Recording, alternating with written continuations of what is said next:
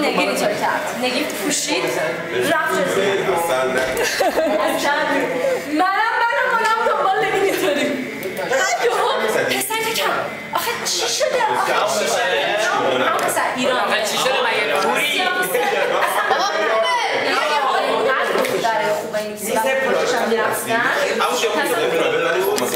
دوستش یه پسر دیگه ایرانی بود. پسر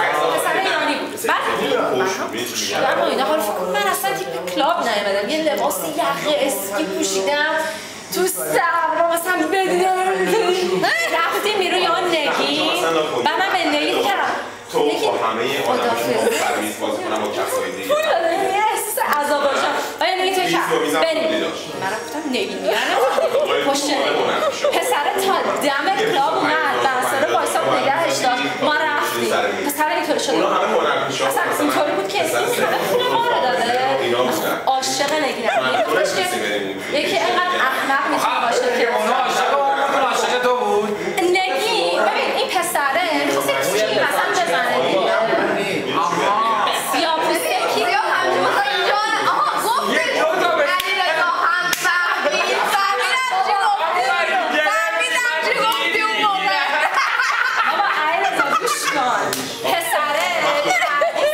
ایرانی بود این که ما رو دعوت کردیم ما به خاطر چی رفتیم اونجا که فراز دوست بودم هیچی اصلا من که تعطیل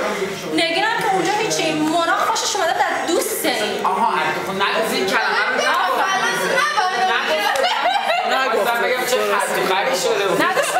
ما به خاطر دوست این ما رفتیم اونجا باشه دید پسر سیاپوش خوشگله نشسته که مونا خوشش میاد و چند دختر دارن باش میرقصن و مونا از این گفتش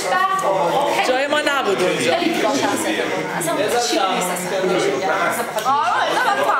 مثلا با پسر خوشگل خیلی ولی مراد مثلا ناراحت شد ما اومدیم بیرون و نگینم که یهو دیدم که حالا یارو شراب خونه کلاب داره و اومدیم خونه شراب میگرفت اینطوری ما اومدیم از کلاب بیرون و گفتش که گشتمونه بریم چیزی بخوریم وقتی مثلا یه لیستان برتر یه رستان نشستیم نصف شام بعد پسر زنده رو موبایل نگین حالا اونم مثل نگین از امریکا اومده انگلیس از نیویورک خیلی کوتاهی مثل توی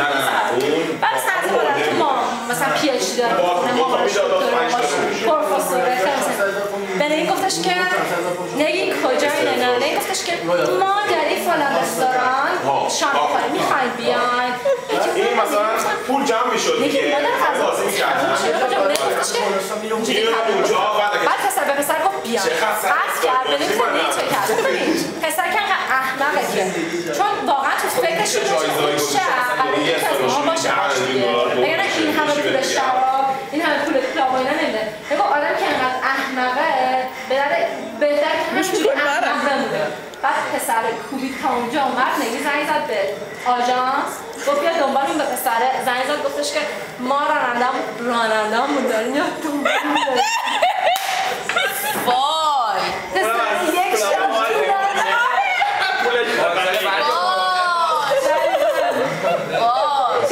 نه دنبال خوبه میگه به من عاشق نگینم یعنی قشنگ یارو یعنی مثلا فکر کنه از اونجا زده اومده بیرون این هم خرج کرد خود سلطان این چیزایی ببین چیه که لوگو عاشقتم